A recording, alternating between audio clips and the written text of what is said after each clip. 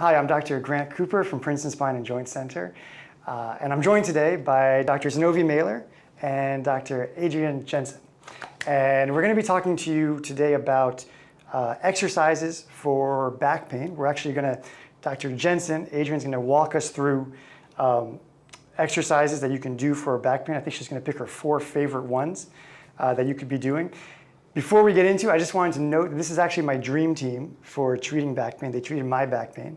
Dr. Meyler gave me an injection that helped with the inflammation, and Dr. Jensen showed me the exercises, and we worked through them. And together they got me better. So for me, this is the dream team. So Dr. Meyler is going to represent our sporty model doing the exercises, and I'll be our regular person model doing the exercises.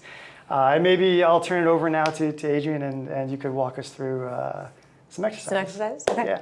So I'm a physical therapist, so what I usually like to do is assess how each person actually presents and their range of motion, but I do have some favorite go-tos, so we're going to start with those. That will pretty much work across the board for most people to address their back pain. Sound good? That sounds good. All right, so I'm going to have you lie face up on your back.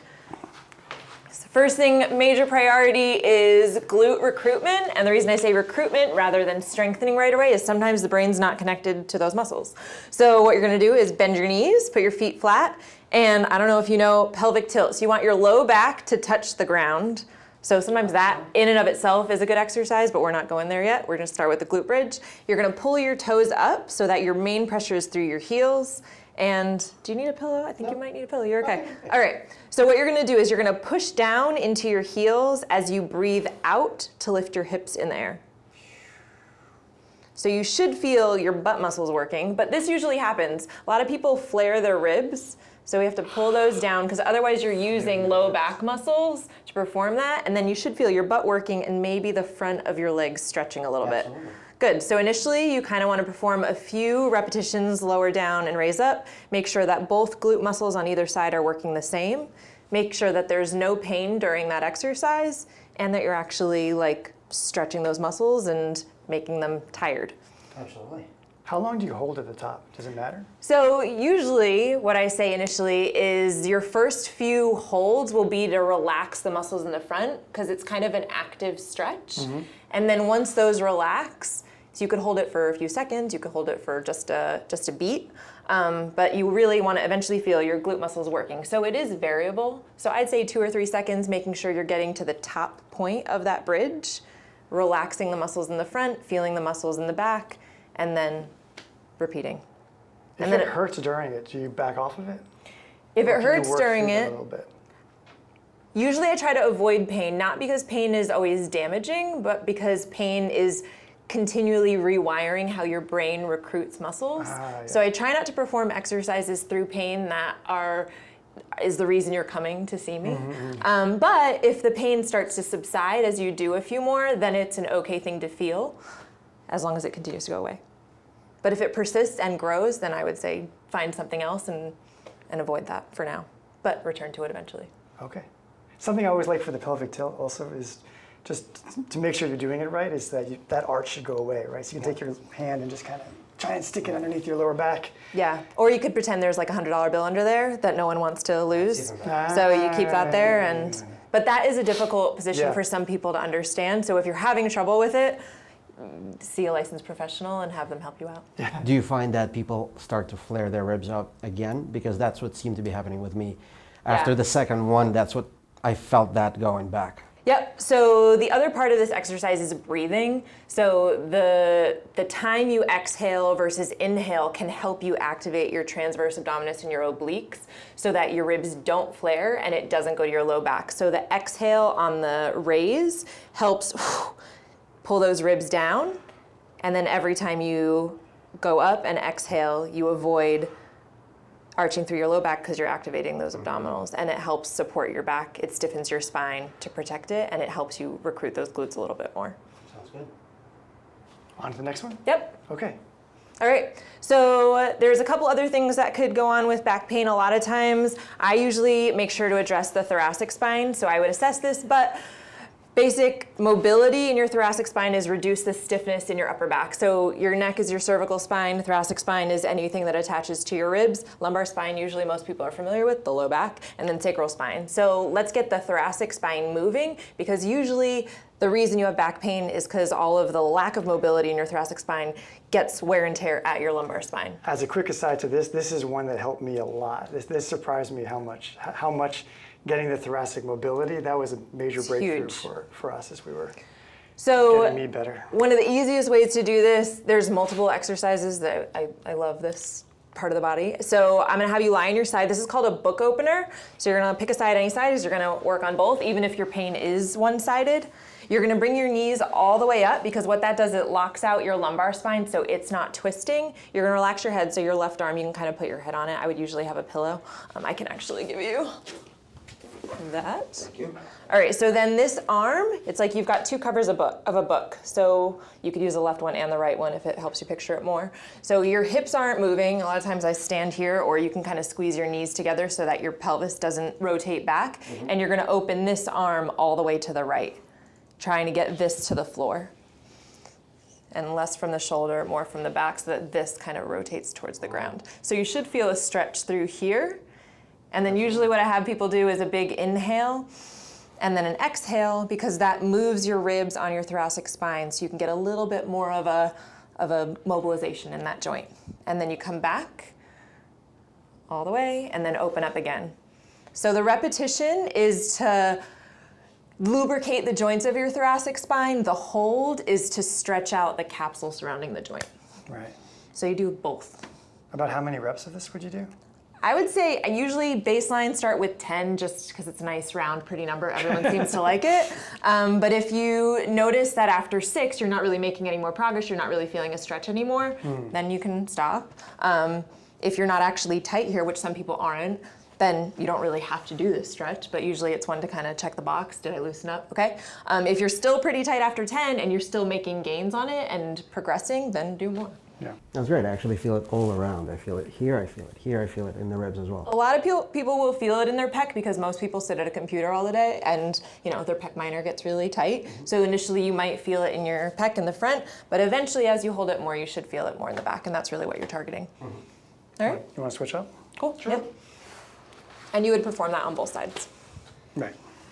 All right. So typical low back pain, third exercise.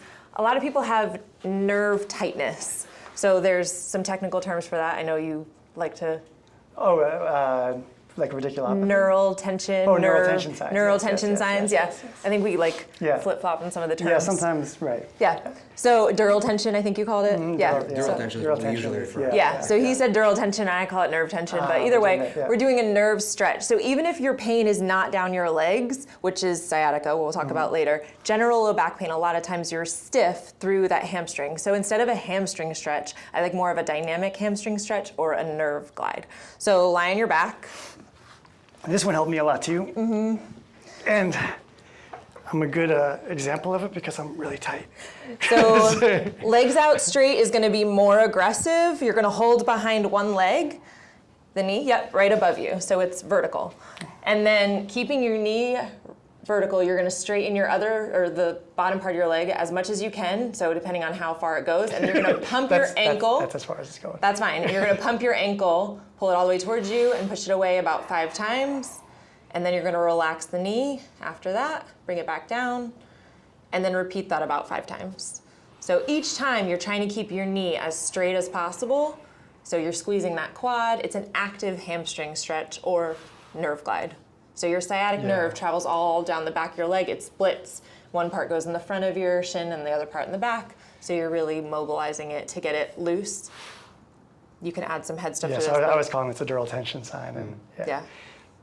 If you do have inflammation around the nerve roots, you're stretching the nerve roots as you do this exercise. You're also stretching, it's a nerve glide. So I usually don't do this for anyone who has significant pain down their leg at the moment, because it'll just flare it up. So for general low back pain, if this is tight, it's a good way to start to loosen up your low back. And clinically, that is the way we test for an inflamed nerve, a straight leg raise. Yep, exactly. And for me, I was having sciatic pain down, I can't even remember, I think the right leg. Yeah. And when I would do the left leg, I would feel it a little down my right leg. Which, Yeah, which is a positive cross straight leg raise test. Exactly, yeah. So it was very inflamed, both down. So I don't think we started this right away. I think it was like day Yeah, we visit worked 2 into or it, 3, yeah. because you were pretty flared up. So that's that. You do it on both legs. Sometimes it'll be looser on one than the other, but yeah, it's still a very effective stretch. All right, that was 3. So 4th one would be an active thoracic rotation. So the first one we did with Dr. Zinovy was passive thoracic mobility. The next one would be active. So you have to activate your glutes. That's one thing we worked on, lower body, support the lumbar spine, but now use those muscles that you never use when you're sitting at a computer desk. First you loosen up the spine, and now let's turn on the muscles that actually do that. So I'm gonna have you go on your hands and knees. So a lot of people do this in yoga, thread the needle. There's a bunch of different ways to do that. And this is a hard movement because it involves active rotation, and that's a plane of movement that's pretty challenging for some people. So if it's too challenging, then there's another one for you. You're gonna pull your toes underneath you, push your butt back to sit on your heels. There you go, but keep your hands where they were. You wanna flatten your spine as much as you can, and then you're gonna reach one arm underneath you. Good, so you're gonna get a stretch through there, and then you're gonna push through this arm as your right arm comes all the way up to the ceiling. Yeah, and you're kind of squeeze through those shoulder blades, so your spine's just rotating on an axis. So you're gonna feel these muscles in your back working. Yeah. And then repeat, come on down, just kind of like the book opener, doing those repetitions to wake up those muscles, and maybe this one actually fatigues them, so you'll probably get tired. So keep pushing away through there so that your shoulder is supported. A lot of people end up leaning on their shoulder, so you want to keep pushing it away from you so that your body's staying far from this hand. And then you'll feel more muscles in between your shoulder blades. Good, try it on the other side just so they could see for the camera what's going on. There you go. Push down through there. Yeah, there you go. Heard a crack. Nice crack. Yeah. And you want to try to keep this side open. There you go. Good.